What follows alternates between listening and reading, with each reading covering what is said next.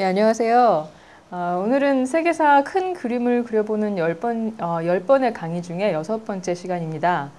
지난 시간에는요, 1450년에서 1750년에 해당하는 시기에 유럽의 내부 상황을 일단 공부를 했었죠. 유럽 내에 르네상스라든가 아니면 프로테스탄트 운동, 또 계몽주의 사조의 유행, 또 절대왕정의 수립과 또 의회주의의 발전 이런 것들을 살펴봤었고, 그다음에 이제 이런 유럽 내의 정치적인 어떤 안정과 함께 유럽이 외부에 대한 어떤 관심을 키우게 돼서요, 신항로 개척에 너도 나도 나서게 되는 그런 상황까지 봤었죠.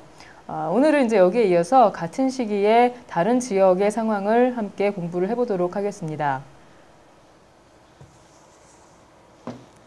네, 첫 번째 사진으로부터 한번 시작을 해볼게요. 이 앞에 보이시는 이 장소는 이제 Forbidden City라고 써 있는데요. 중국 한자로는 자금성이라고 쓰죠. 자금성. 이게 이제 금자가 금지되어 있다 할 때 그 금자예요. 그래서 여긴 아무나 들어갈 수 없는 곳이기 때문에 이제 자금성이라는 이름을 붙였고, 그래서 그 때문에 이제 영어로도 Forbidden City라고 번역이 되어 있는데, 이게 정말 그 규모가 얼마나 이제 큰지, 하나의 성이 하나의 도시를 이루는 정도로 규모가 넓다 해서 이제 성, Forbidden City 이렇게 번역을 해준 것 같습니다. 그래서 이게 어디에 있냐 하면 이제 베이징에 있죠. 그리고 이게 언제 만들어졌는가 하면 베이징이 이제 중국의 통일 왕조의 수도가 된 것은 원나라 시대지만 명나라 시대에 이 자금성은 건설이 됐어요. 그래서 우리는 오늘 이제 1450년에서 1750년에 해당하는 중국 왕조 명나라와 청나라를 공부를 할 겁니다. 예, 명나라는 1368년에 성립돼서 1644년까지 지속이 됐습니다. 참고로 비슷한 시기에 1392년에 이제 이성계의 조선 왕조가 건국이 됐거든요. 그리고 또 비슷한 시기에 일본의 경우도 가마쿠라, 그다음에 아시카가 바쿠후 정권이 무너지고 센고쿠 피요르드를 접어들어서 에도 바쿠후로의 이행이 진행이 되는데요. 우리는 여기서 이제 중국과 우리나라와 일본 같이 서로 이웃하고 있는, 그러니까 서로 밀접한 관련을 주고받고 있는 그런 지역의 역사는 뭔가 좀 이렇게 비슷한 사이클을 가지고 진행이 된다는 그런 생각을 할 수가 있어요. 아마 이제 중국 왕조의 생물 시기와 그 다음에 이제 우리나라와 일본의 어떤 그 정치 세력의 생물 시기를 쭉 놓고 보면은 이상하게 맞아 떨어진다는 그런 그 생각을 할 수가 있을 것 같은데, 이제 아마 세계사가 서로 연관이 되어서 진행이 된다는 것을 이제 그런 상황을 통해서도 우리가 추측을 할 수 있죠. 이 명나라를 세운 것은 주원장이라는 사람입니다. 주씨 왕조예요. 이 사람이 황제가 되고 나서 이제 홍무라는 시호를 받았어요. 그래서 홍무제 주원장. 원나라 말기에 이제 여러 한족 군벌 세력 중에 이제 마지막 승리를 거머쥔 사람이죠. 그래서 이 사람은 젠트리와 랜드로드 클래스의 지지를 받아서 명나라 왕조를 성립시켰다 이렇게 볼 수가 있는데요. 젠트리라든가 랜드로드 같은 것은 이제 중국의 지배 세력을, 지배 계급을 영어적으로 이제 해석을 하는 과정에서, 영어적으로 번역을 하는 과정에서 등장한 단어예요.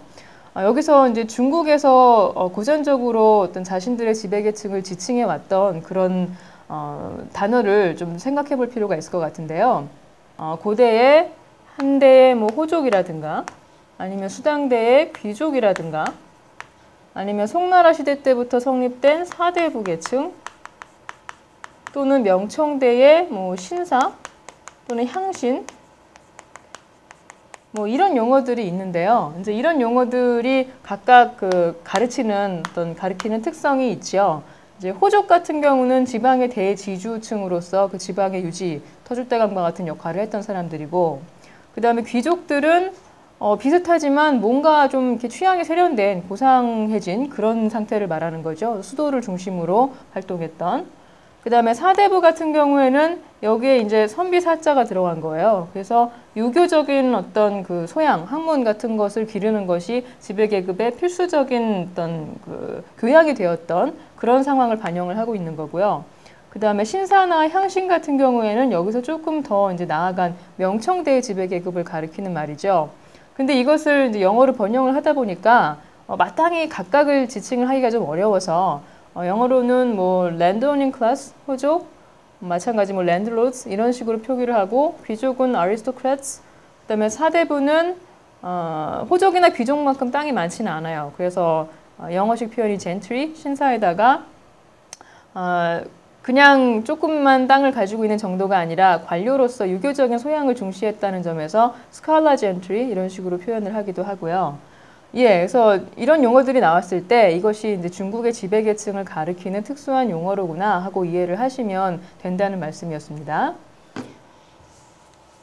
예, 바로 이러한 이제 당시 지배계층의 지지를 받아서 이제 주원장의 명나라가 건국이 되었고, 이 명나라 때 중국은 상당히 어떤 그 문물의 발전을 전 세계적으로 봤을 때도 아주 뛰어나게 이루었어요. 그래서 명나라 그 주변에 이제 많은 국가들을 조공을 바치는 조공국가로 직접적으로 중국이 지배를 하지는 않지만 중국의 영향력 하에 있다는 것을 물질적으로 이제 표현을 하도록 그렇게 만든 거죠. 그래서 조공국가로서 당시에 사실 조선이나 일본도 마찬가지였는데요. 이제 명나라의 영향을 크게 받고 있는 그런 상황이었죠. 예, 그러한 명나라의 최고의 전성기 때 황제가 아마 영락제가 아닐까 싶습니다. 영루, Emperor 영루, 영락제를 중국식으로 읽으면 영루예요. 그래서 이때 영토도 가장 넓게 확장이 되었고 또 문화적으로도 이제 가장 명대에 이제 번영한 그런 시기였던 것 같은데 그것을 보여주는 이제 한 장의 지도를 같이 확인을 하겠습니다.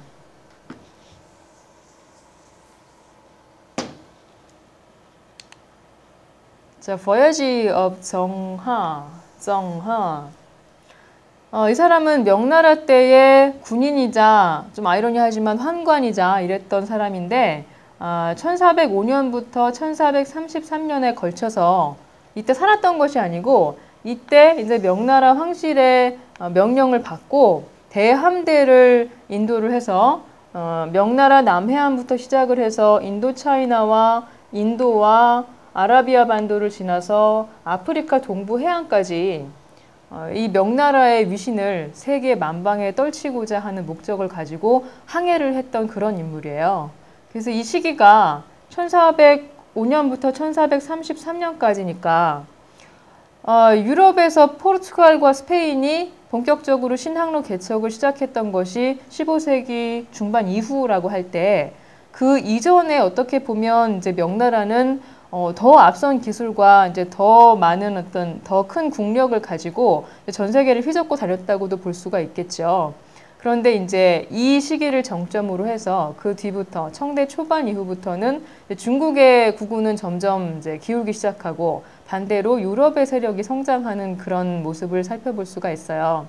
이제 어떤 사람들은 그 이유를 이 정화의 해외 원정 같은 경우는 어디까지나 어떤 중국의 국력을 과시하려는 목적에 있었던 반면 그래서 그 이후에 점점 중국은 자만에 빠져서 쇠퇴할 수밖에 없었던 반면 유럽 경우에는 이제 신항로를 개척한 목적이 아주 명확하게 상업적인 이익을 도모하기 위한 것이었기 때문에 그 뒤로도 계속해서 발전할 수 있었다. 이렇게 생각하는 사람들도 있어요. 일리가 있는 말 같아요.